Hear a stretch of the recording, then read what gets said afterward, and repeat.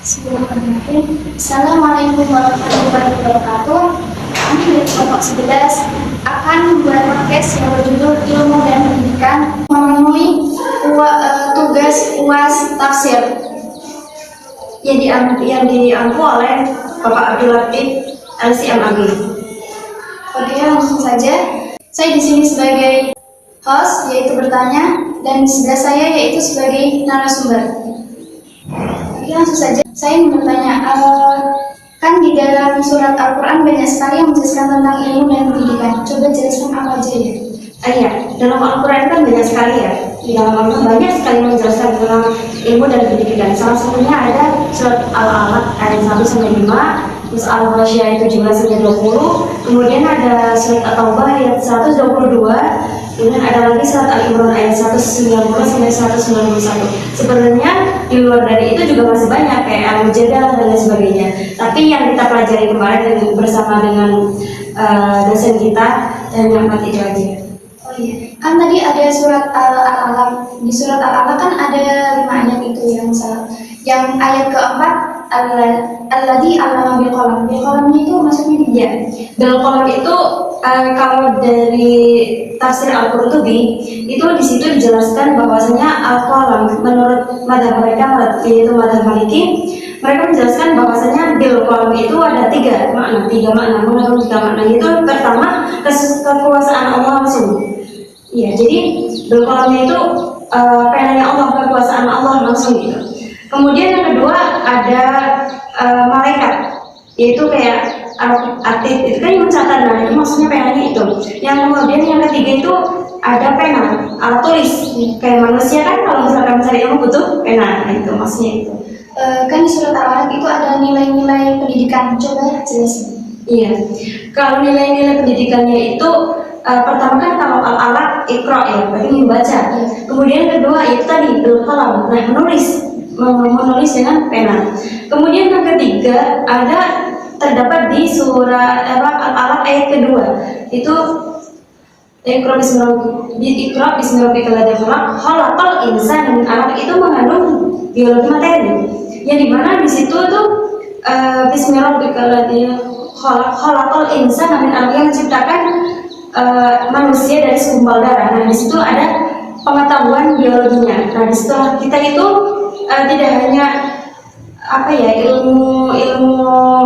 ilmunya di situ itu pada ayat kedua menjelaskan bahwasanya ada pengetahuan biologi materi. Kan tadi sudah disebutkan Al-Alaq, sekarang pindah ke surat At-Taubah. Surat At-Taubah ayat 122 kan itu menerangkan tentang jihad. Kan di sana nggak ada tentang ilmu dan pendidikan. Oh iya, surat At-Taubah ayat 122 kan memang dulunya itu pada zaman Rasulullah itu kan perangan. Nah di situ itu diperintahkan dalam Al-Quran, dalam ayat tersebut itu sebagian untuk ikut berperang dan sebagian untuk mencari ilmu, memperdalam pengetahuan agama. Untuk apa? Ya memang perang itu berjihad fisabilillah memang penting, tapi menuntut ilmu itu juga penting gitu. Nah di situ diterangkan bahwasanya ilmu itu penting, walaupun memang berjihad itu juga penting, tapi dua-duanya itu penting. Makanya sebagian untuk berjihad, kemudian sebagian untuk memperdalam ilmu agama, agar ketika orang yang berjihad itu kembali, kita itu untuk memberikan atau mengajar mereka yang belum mendalami ilmu agama. Terus di surat At-Taubah kan itu sih ada hukum menuntut ilmu. Coba jelasin. Menuntut ilmu itu hukumnya itu ada 2. Yang pertama ada fardhu ain, kemudian ada fardhu kifayah. Nah fardhu ain itu yang gimana? Kan pasti udah tahu ya kalau fardhu ain itu definisinya pasti fardhu yang individu gitu. Nah kalau untuk mencari ilmu yang sifatnya fardhu ain itu kayak buat kita sendiri, buat kewajiban kita seperti sholat, puasa, itu kan memang setiap individu wajib. Nah jadi mencari ilmu untuk kewajiban diri kita sendiri itu wajib. Tetapi kalau misalkan kita kayak memperoleh hak-hak seperti ilmu faraid, nah itu hukumnya fardhu kifayah. Kenapa? Karena kan nggak harus setiap individu itu harus paham tentang itu gitu. Kalau misalkan udah mewakili ada yang paham, jadi kita nggak perlu memahami juga nggak apa-apa gitu. Misalkan dalam satu desa itu udah ada yang belajar tentang ilmu faraid tersebut, kita nggak perlu belajar juga nggak apa-apa. Jadi kewajiban kita adalah gugur gitu. Oke. Tadi kan sudah disebutin tentang ataubah, sekarang tentang al-wasiyah. Kan di surat al-wasiyah 17 sampai 20 kan itu kan tentang pertanyaan semula. Kan nggak ada yang tentang menjelaskan tentang ilmu dan pendidikan misalnya.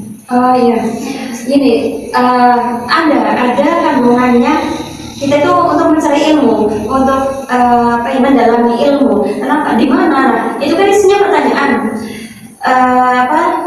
Al-Waqiah ayat 17 sampai 20 itu kan mempertanyakan tentang mengapa kok unta diciptakan, kemudian langit ditinggikan dan bumi, gunung dan sebagainya. Itu kan isinya pertanyaan yang membuat kita itu untuk menggali kenapa kok unta diciptakan. Nah, itu di situ kita untuk merenung dan menggali. Disitulah kandungan bahwa kita itu wajib untuk mencari ilmu gitu. Jadi kandungannya, kalau misalkan dari bentuk Qurannya memang itu bentuknya pertanyaan, tapi memang dari pertanyaan itulah kita itu untuk menjawab dari dari pertanyaan tersebut gitu. Oke, kenapa kok di situ disebutin unta, kenapa nggak hewan lainnya itu? Ya karena kan pada zamannya dulu ya, pada zaman dulu kan di Arab itu memang nggak ada hewan selain unta, hanya ada unta. Mungkin kalau misalkan dulu itu ada gajah di sana, mungkin yang disebutkan gajah gitu. Tapi memang di sana itu nggak ada, gitu. Adanya cuma unta. Mungkin karena itulah Allah menyebutkan unta gitu yang dekat dengan mereka, yang unta itu sebagai kendaraan mereka gitu. Mungkin seperti itu. Kalau kita tuh mempelajari ilmu hitam tuh boleh nggak sih sebenarnya? Ilmu hitam sebenarnya tuh nggak ada ya, kata-kata ilmu hitam nggak ada. Ilmu hitam itu sebutan bagi orang yang menyalahgunakan ilmu. Kan dalam kitab Ta'limul Muta'alim disebutkan bahwasanya al-ilmu nurun, ilmu itu cahaya gitu. Jadi nggak ada ilmu yang gelap, ilmu yang hitam, nggak ada, sebenarnya nggak ada. Nah, terus bagaimana dengan kayak sihir gitu kan? Nah, sihir, santet itu sebenarnya tuh nggak gelap. Ya emang itu perlu dipelajari juga, tapi pada zaman dulu gitu. Kan kalau zaman dulu itu kayak banyak yang menentang agama Islam, yang mungkin ketahui dan Allah itu jadi seperti itu. Ini yang terjadi kayak peperangan, tetapi kita yang sebagai orang rendahan kepada orang penguasa yang menentang Islam, menentang ketahuan Allah, itu akan sulit bagi kita untuk melumpuhkan mereka. Dengan itulah maka kita itu perlu belajar ilmu santet tadi. Biar apa? Biar kita melumpuhkan mereka, orang yang zalim itu dengan mudah, tanpa kita itu kalah. Kalau misalkan kita datang langsung kan pasti kita kalah. Nah, dengan kita tahu ilmu santet itu, tanpa kita datang ke sana, kita dari jarak jauh, kita bisa melumpuhkan mereka, tapi kita nggak kena apa-apa gitu. Nah, kalau misalkan sekarang kan nggak ada yang menentang agama Islam tuh, ya nggak usah ngapain gitu, cukup kita tahu ilmunya, ya sudah gitu. Jadi gini, nggak ada yang namanya ilmu hitam itu, tidak ada. Semua ilmu itu murni dan semua ilmu itu adalah cahaya. Sudah dijelasin dalam surah Al-Quran yang tadi sudah disebutin sama Mbak Husna. Ya kan Mbak Husna ya? Iya. Coba Husna jelasin lagi tentang ilmu dan pendidikan. Iya, intinya ilmu dan pendidikan itu sangat penting ya, wajib ya. Walaupun memang kedudukannya kalau misalkan kita dibandingkan dengan akhlak itu pasti lebih tinggi akhlak daripada ilmu. Namun segalanya itu butuh ilmu, karena memang dalam kehidupan kita, apalagi untuk beribadah itu butuh ilmu. Kayak kita sholat, berpuasa, kalau kita tahu ilmunya, pasti kita lebih yakin, percaya diri untuk mengamalkannya dengan ini pasti dengan yang seperti ini, dengan tahu ilmunya kita akan mendapatkan pahala yang lebih gitu. Jadi pada kita nggak tahu ilmunya, kita asal-asalkan meniru orang, dan kalau misalkan kita nggak tahu ilmunya, kita nggak tahu itu salah atau benar. Kalau misalkan kita nirunya yang salah, kan bisa fatal gitu. Intinya ilmu menuntut ilmu itu wajib gitu. Baik, terima kasih kepada teman-teman dan Bapak Abdul Latif sebagai pengampu matkul tafsir kami. Mungkin Mbak Husna mau nambahin? Terima kasih untuk Bapak Abdul Latif LCMAG selaku pembimbing kami. pengampuan tafsir kami. Apabila kami ada kesalahan dan kekeliruan, mohon maaf dan mohon bimbingannya.